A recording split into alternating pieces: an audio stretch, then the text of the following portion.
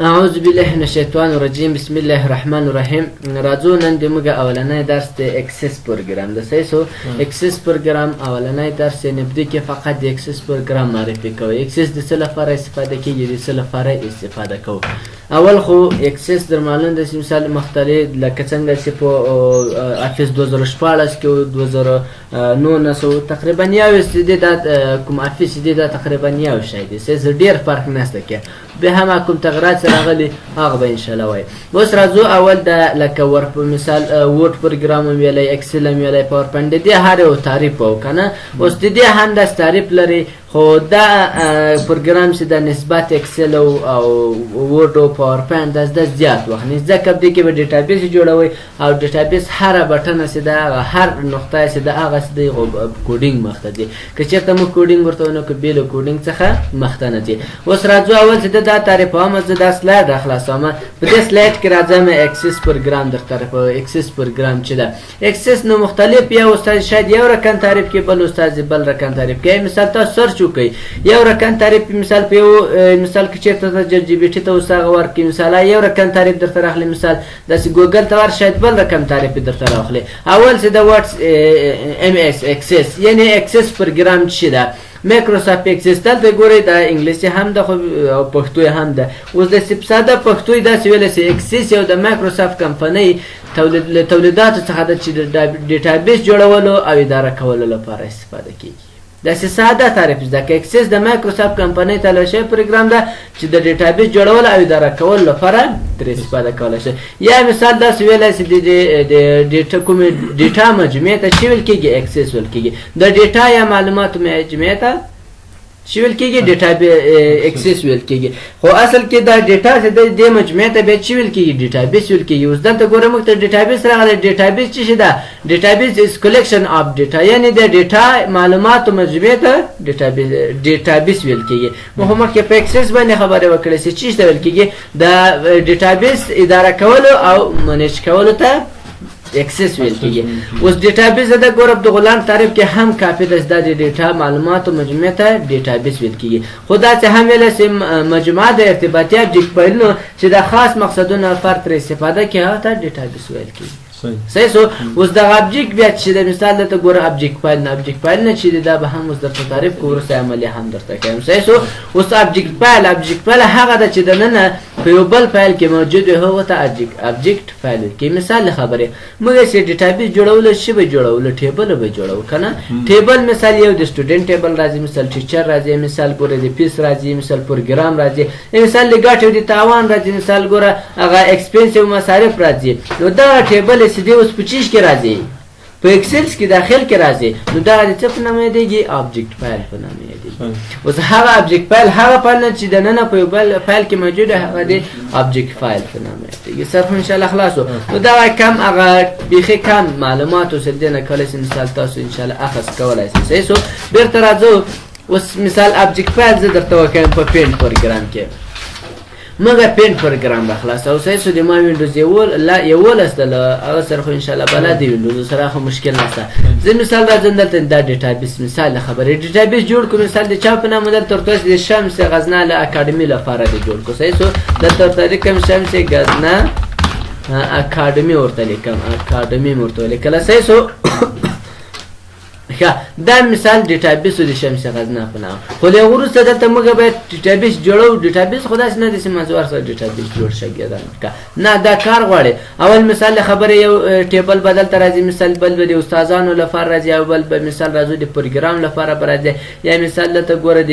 فیس لپاره راځي، یا هم مثال دلته ورته راځي د ایکسپنس او مصارف لپاره راځي، او دلته مثال د ګټو د تاوان لپاره داسې درته لیکم. صحیح سو. اوس راځم بیا دلته ورته لیکم چې دا د سټوډنټ لپاره ده، سټوډنټ لپاره مثال د شاګردانو لپاره سو، او بل چې د مثال د ورته لیکم چې د ټیچرو لپاره سو، د استادانو لپاره، د کارمندانو لپاره ټیچرز، او دلته مثال ورته لیکم چې دا د چلو سره پروګرام کوم پروګرامونه ته تدریس کوي هغه باید دلته ورته لیکي. پروګرام یې ولیکلې وروسته بیا دلته کله چې دلته راغلی اوس بیا دلته ورته ویلی که سپیس یعنې هغه کوم هغه چې ته ځینې اخلي مثال پیس هغه به دلته رسېږي د هغه وروسته دلته مثال ورته ویلی چې اکسپنسیو ورته ویلی چې مثال څومره اکسپنسیو اخلي هغه بیا دلته ورته لیکل کېږي مثال د هغو لپاره باید ټیبل جوړ شي او د همدارنګه دلته مثال د ګټو د تاوان لپاره ورته ویلی که زه مثال لاست and profit دا مې ورته ولیکو صحیح سو اوس دغه ابجکټ فایل نه خو موږ جوړ کړو خو دا ابجکټ فایل چې دا له نورو سره ارتباط لري څنګه ارتباط سټوډنټ باید له چا سره ارتباط ولري له ټیچر سره یعنې شاګرد راځي له کوم استاد نه درس وایي هغه باید استادان خو باید دلته رسېدلي خو ټیچر چې ده له چی سره باید ارتباط ولري پروګرام ځکه استاد د کوم پروګرام ته درسوي نو دا باید چی دلته ارتباط ولري صحیح سو د هغو وروسته دلته فیس ده نو فیس خو سټوډنټ ورکوي نو دا باید هم دلته ورسره مثال وصلې او پروګرام هم له دې سره وصلې او همدارنګه لوزډ مثال دغه ګټ او تاوان هم باید له دې سره ځکه چې مثال ټول په چی شي پورې تړلې په فیس پورې تړلې او ایکسپنس ده دا باید له دې سره اوس خو په ابجکټ فایل نه انشاءالله سر خلاصو مطلب مې دا اوس موږ ډیټابیس خو دلته نه جوړ کړی تر اوسه موږ شروع کړی نه ده که نه فقط دومره معرفي یو مثال داسې دی ابجکټ فایلونو خبره هله نو دا هم درته تشریح کړو سر خو خلاص شو انشاءالله مشکل خو نشته اوس راځو اکسس پروګرام را خلاصوو په تعریف کې خو انشاءالله مشکل نشته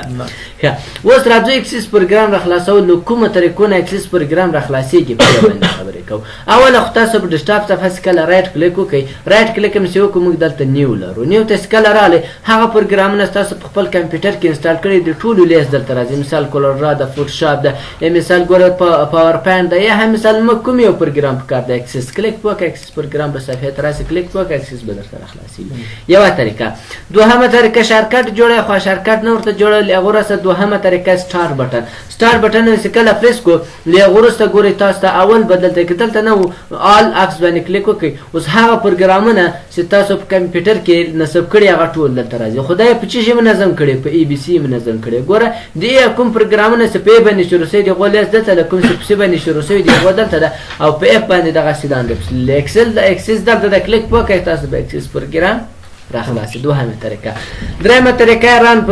پروګرام خو در معلومیږي سره کم را خلاص کړو ګورئ راځم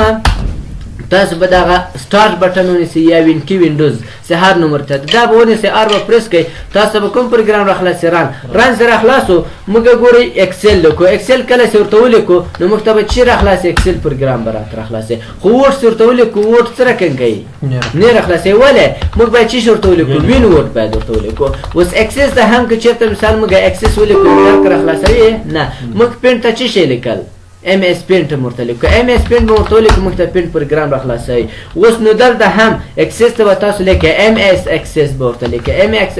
اس اکسس هم لیکو انټر که تاسو به اکسس پروګرام را خلاصېږي دا درېیمه طریقه وه څلورمه طریقه خپله دلته تاسو ورته سرچ کړئ په سټارټ کې څلورمه طریقه دې طریقه او پنځمه طریقه که غواړئ دغه سټارټ منیو ته ګورئ دلته ټسبار خط ته راوړئ دا خط ګورئ موږ د ټسبار په نامه نومولی نو ته به بیا راسئ دلته به سرچ کړئ اکسس دې کله سرچ کړو تاسو بیا په دې باندې رایټ کلیک وکړئ رایټ کلیک چې وکړو دلته پین ټو ټسبار لرو کلیک وکړه ګوره دلته به راسي دا چېرته په ډیسکټاپ صفحه پروت هم راځي رایټ کلیک وکړئ د هغه وروسته ګوره شو کلیک وکړه کله چې مثال دلته کلیک وکړو نو په دغه ځای کې به په کوم ځای کې لرو شاید دلته یې نه درخصل دې ځای نه کې صحیح سو دا طریقه هم زه سرچ به کې له سرچ څخه وروسته مثال تاسو ته راغی له هغه وروسته رایټ کلیک دې سپو کو دلته ګوره اوس ان پین سوینې بیرته راوباسه که دلته کلیک وکړې اوس به ګوره بیرته راوځي او که چېرته بیا رایټ کلیک وکړې پین ټو ټسبار باندې کلیک وکړې نو بیرته به ټسبار خط ته راسي دلته چې راغی دې خوا ته یې کش کړي مثال اول ته یې بوځه اخر ته یې بوځه بیا غواړې دې ځای وباسې دې باندې رایټ کلیک وکړه بیرته یې ان پین فرام ټسبار کړه بله طریقه بیا به تاسو راسئ رن ته راغلی سی ام ډي به ولیکئ سی ام ډي خو در معلومیږي دغه توره صفحه چې راسي داسې راغله تاسو به دلته ورته ولیکئ سټارټ هم چې ولیکو راته خلاص کړو کوم یو پروګرام اکسس خو که اکسس ورته ولیکو نه خلاصوي تاسې کار کې شاید خلاصېږي زه ورته لیکم چې ام اس اکسس او انټر یې کړئ انټر څخه به وروسته تاسو ته اکسس پروګرام خلاصي سر هم خلاصېږي انشاءالله بلکې چېرته غواړئ دا په شارکټ سره را خلاص کړئ له شارکټ نه څنګه را خلاصولی شئ مثال زه په کیبورډ کې کار مثال فقط یو څو بټنې وکړم دا دې ماته را خلاص کړي نو هغه به هم تاسو په بعضې وینډوزو کې بیا کار کوي بعضو کې نه کوي خو راځم دلته هم درته کاروم شاید کار وکړي او شاید کار نه وکړي تاسو بیا په خپل کمپیوټر کې کار وکړئ شاید کار وکړي اکسس به پیدا کړئ اکسس سرچ کړو اکسس راغی رایټ کلیک به وکړئ رایټ کلیک څخه وروسته open file location د دې موقع چیرې ما ذخیره کړی هغه ځای راته راخلاص کړئ چیرې ما نصب کړی اوس چیرې نصب ده ګورئ دلته نصب ده بیا به رایټ کلیک وکړئ پراپرټیز ته ولاړ شئ دلته هم پراپرټیز لرو او شو مور آپشن باندې کلیک وکړئ دلته هم پراپرټیز لرو کلیک وکړه اوس ګوره نورو شیانو تاسو کار مه لرئ فقط شارټکټ کې لرو شارټکټ کې کلیک وکړه اوس دلته به تاسو که مثال یو بټن پریس کړئ هم دوه بټنه خامخا ورسره نیول کېږي کنټرول آلټ ده زه فقط ای پریس کوم ګوره خپله کنټرول آلټ ورسره ونیول څه کوو نه نیسو نو زه ځکه ایس ای ورته پریس کوم سیده اکسس ده په ای سره شروع ده ستاسو هر یو شارټکټ ستاسو ورکوم اوس اپلای کړه کنټینیو کړه او دا هم ورته اوکې کړه هغه وروسته راځه ډیسکټاپ صفحې ته فقط راسه کنټرول آلټ ای پریس کړه کله چې پریس کو تاسو ته به اکسس پروګرام څنګه سي راخلاصي خو بیا مثال تاسو وایئ چې ما دا لوسه نه کې کنټرول ونیسم آلټ ونیسم یعنې ای پریس کوم څو بټنه راځي 3 بټنه راځي نو غواړئ چې دا په یو بټن سره نه راځي خو راځي تاسو بیا چل ورسره کوئ رایټ کلیک کوم بیا د دې فایل اپلیکیشن راخلاصوم په دې رایټ کلیک کوم بیا د دې پراپرټیز ته ولاړ شئ داسې دا ټول ځینې وړاندې کوي صحیح سو کله سړنګ سو دلته دا برسېره په کیبورډ کې F1 F2 F3 بټنې لرو له دې څخه یو ورته که مثال زه ورته F12 ورکوم مثال دلته ګورئ ریکارډ باندې کې هغه شارټکټ چې و د ریکارډ د بدلېدلو خیر زه ورته لیکم چې F1 مې ولیکو د هغه وروسته ګوره فقط یو بټن را اکران راغی اوس دا اپلای کړه کنټینیو یې کړه او دا هم ورته اوکې کړه اوس راځه فقط F1 پریس کړه F1 یې پریس کړه دا به اکسس پروګرام راخلاصېږي صحیح سو بله طریقه یې له زیاتې داسې طریقې لرو خو یو بله طریقه راځم نوټ پاډ څخه یو وایروس به ورته جوړوو نوټ پاډ ته به راسئ دلته به ورته ولیکئ سټارټ هم چې ولیکو له هغه وروسته ورته ولیکئ MS اکسس دې ولیکو له هغه وروسته نقطه XE ورکړه نقطه XE دا چې ولیکو کنټرول S کړه کنټرول S څخه وروسته چیرې ذخیره کړه په ډیسکټاپ صفحه د چا په نام دا نوم صحیح ده دا نوم ورته انتخاب کړئ مثال زه ورته لیکم MS اکسس فقط ورته لیکم خو د نوم په اخر کې نقطه BT استفاده کولې ځکه دې نه چې وایروس جوړ شي که وایروس جوړ نه شي بیا کار نه کوي سیو کړه او دا بیخي کلوز کړه اوس یو وایروس را اکران راغی په دې باندې فقط کلیک وکړه تا ته به اکسس پروګرام راخلاصي اوس دا تقریبا څو طریقې شوې له دې هرې طریقې نه تاسو راخلاصولی شئ صحیح سو اوس زه راځم له یوې طریقې نه راخلاصوم مثال دلته ټسبار ته ما راوړی کلیک وکړم ما ته به اکسس پروګرام راخلاصي کله مې اکسس پروګرام راخلاص کړ اول خو ګورئ دوجه کې مختلف کې ګډ مارنینګ که چېرته سهار وي دلته مارنینګ درته لیکي ساعت دی کفټې وي نو دلته افټرنون بیا درته لیکي ماسپین وي صحیح سو او بل دغه صفحه چې ده ګورئ دلته بلانک ډیټابیس یا نوی ډیټابیس درته اخلي او دلته ریسنټ هغه فایلونه چې تا کار کړی مثال د هغو لیست دلته درته راځي او که غواړئ چې مثال نه موږ به کله چې ووډ پروګرام ته ولاړو اکسل پروګرام ته راغلو نو دا نورې صفحې به هم وي دلته نو که غواړئ چې هغه درته خلاص مور ټیمپل باندې کلیک وکړه اوس ګورئ هغه نورې صفحې هم درته راخلاصېږي خو دلته بیا چې ده که بعضې له انټرنټ سره راخلاصېږي بعضې بدون له انټرنټه که چېرته تاسو انټرنټ ولرئ دلته سرچ کولی شئ مختلف ډوله ډیټابیسو صفحې دي هغه راواخلئ بېرته راځو هم ته له هم څخه وروسته نیو لرو نیو څه کار کوي که غواړئ چې مثال یو نوې صفحه واخلئ نو بیا به نیو ته راځئ سیلېجه هم کولی صحیح سو اوپن که غواړئ چې مثال مخکینی فایل چې تا مخکې کارونه په کړي غواړئ هغه خلاص کړي بیا دغه ځای کې درته ښکاري چې مثال دا فایل نه دی که غواړئ چې مثال دلته درته وایي چې دس ویک او لاست ویک مثال دس ډے او دغه درته ښیي چې مثال ټوډے د نن ورځې فایل نه دغه دی سر هم خلاص و انشاءالله تر دې ځای اوس راځو نوې صفحې ته مثال بلانک ډاکومنټ باندې کلیک کوم کله چې بلانک ډاکومنټ باندې کلیک وکړو